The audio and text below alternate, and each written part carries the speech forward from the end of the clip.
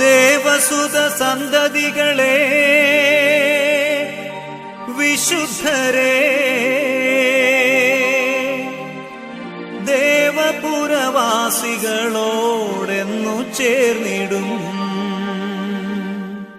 ശോഭനപുരമതിൽ രാജനോടുകൂടെ നാം, ശോഭനപുരമതിൽ രാജനോടുകൂടെ നാം മോദാൽ വസിപ്പാൻ പോകാം നമുക്ക്, മോദാൽ വസിപ്പാൻ പോകാം നമുക്ക്.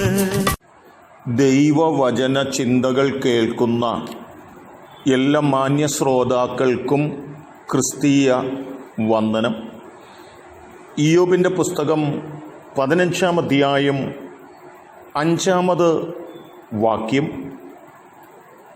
ഉപായികളുടെ നാവ് നീ തിരഞ്ഞെടുത്തിരിക്കുന്നു എന്നുള്ള വാക്കുകളാണ്. ഇയ്യോബിനോട് തൻ്റെ സ്നേഹിതന്മാർ പറയുകയാണ്, നിൻ്റെ വാക്കുകളും നിൻ്റെ പ്രവൃത്തികളുമൊക്കെ ചതി നിറഞ്ഞതാണെന്ന് ഞങ്ങൾക്ക് മനസ്സിലാകുന്നു എന്നോർപ്പിക്കുകയാണ്. വാസ്തവത്തിൽ ഉൽപ്പത്തി പുസ്തകം 27-ാം അധ്യായത്തിലേക്ക് കടന്നു വരുമ്പോൾ യാക്കോബ് എന്ന് പറയുന്നതായ ഒരു മനുഷ്യനെക്കുറിച്ച് കാണുവാൻ കഴിയുന്നുണ്ട്. താന് ഉപായത്തോടുകൂടി തൻ്റെ സഹോദരനായി ഏശാവിൻ്റെ അരികിൽ വന്ന് ഏശാവിൻ്റെ ജ്യേഷ്ഠാവകാശം കൈവശപ്പെടുത്തുന്നത് കാണുവാൻ സാധിക്കുന്നുണ്ട്. ഏറ്റവും ശ്രേഷ്ഠമായ നിലയിൽ ഉപായത്തിലൂടെ, ചതിയിലൂടെ, വഞ്ചനയിലൂടെ സഹോദരൻ്റെ ജ്യേഷ്ഠാവകാശം കരസ്ഥമാക്കുകയും ആ നിലകളിൽ മുൻപോട്ട് വരികയും ചെയ്ത യാക്കോബ് തൻ്റെ അപ്പനായ ഇസഹാക്ക് തൻ്റെ മകനായിരിക്കുന്ന ഏശാവിന് നൽകുവാൻ വെച്ചിരുന്ന അനുഗ്രഹങ്ങളും ഉപായത്തിലൂടെ സ്വന്തമാക്കുകയാണ്. അതുകൊണ്ട് ഏശാവ് പറയുകയാണ്, 2 ആവർത്തി യാക്കോബ് എന്നെ ചതിച്ചു എന്ന് രേഖപ്പെടുത്തുന്നുണ്ട്.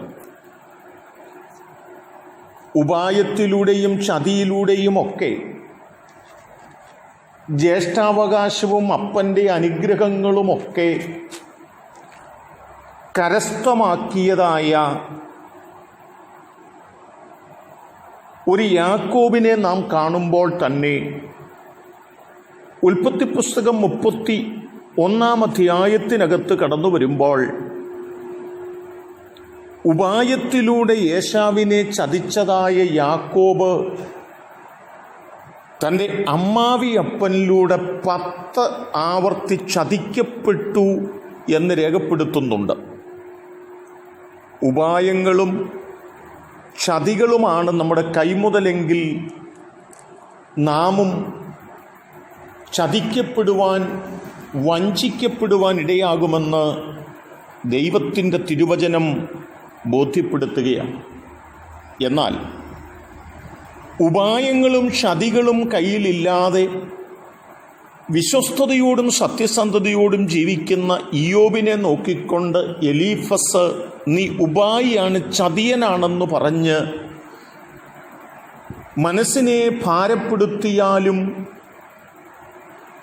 നമ്മുടെ യാഥാർത്ഥ്യങ്ങളും സത്യങ്ങളും തിരിച്ചറിഞ്ഞ് നാം നിൽക്കുന്നു എങ്കിൽ നമ്മെ ചതിക്കുവാൻ, നാം ചതിക്കപ്പെടുവാൻ ഇടയായിത്തീരുകയില്ല എന്നുള്ളതാണ്. ആകയാൽ എന്നെ കേൾക്കുന്ന പ്രിയപ്പെട്ടവരെ, യാക്കോബിനെ പോലെ ഉപായം പ്രയോഗിച്ച് സഹോദരനെയും അപ്പനെയും ചതിച്ചിട്ട് അമ്മാവി അപ്പനാൽ ചതിക്കപ്പെടുന്നവനായി തീരുകയല്ല. ഇയ്യോബിനെ പോലെ നീ ചതിയനാണ്, ഉപായിയാണെന്ന് ആരെല്ലാം പറഞ്ഞാലും സ്വന്തം മനസ്സിനോട് ഞാൻ ചതിച്ചിട്ടില്ലെന്ന് പറയുവാൻ കഴിയുന്നെങ്കിൽ ദൈവത്തിങ്കൽ നിന്ന് അനുഗ്രഹം പ്രാപിപ്പാൻ സാധിക്കുമെന്ന് തിരിച്ചറിഞ്ഞും കൊണ്ടും നമുക്കുപായികളായിട്ടല്ല, സത്യസന്ധതയുള്ളവരായി നമ്മുടെ ജീവിതം മുൻപോട്ട് കഴിക്കാം. അതിന് ദൈവം നമ്മെ സഹായിക്കട്ടെ. കരുണയുള്ള ദൈവമേ, ഞങ്ങൾ യാക്കോബിനെ പോലെ ചതിയന്മാരായി തീരാതെ ഇയ്യോബിനെ പോലെ നിഷ്കളങ്കതയോടെ ജീവിപ്പാൻ ഞങ്ങളെ സഹായിക്കണം. യേശു കർത്താവിൻ നാമത്തിൽ തന്നെ ആമേൻ.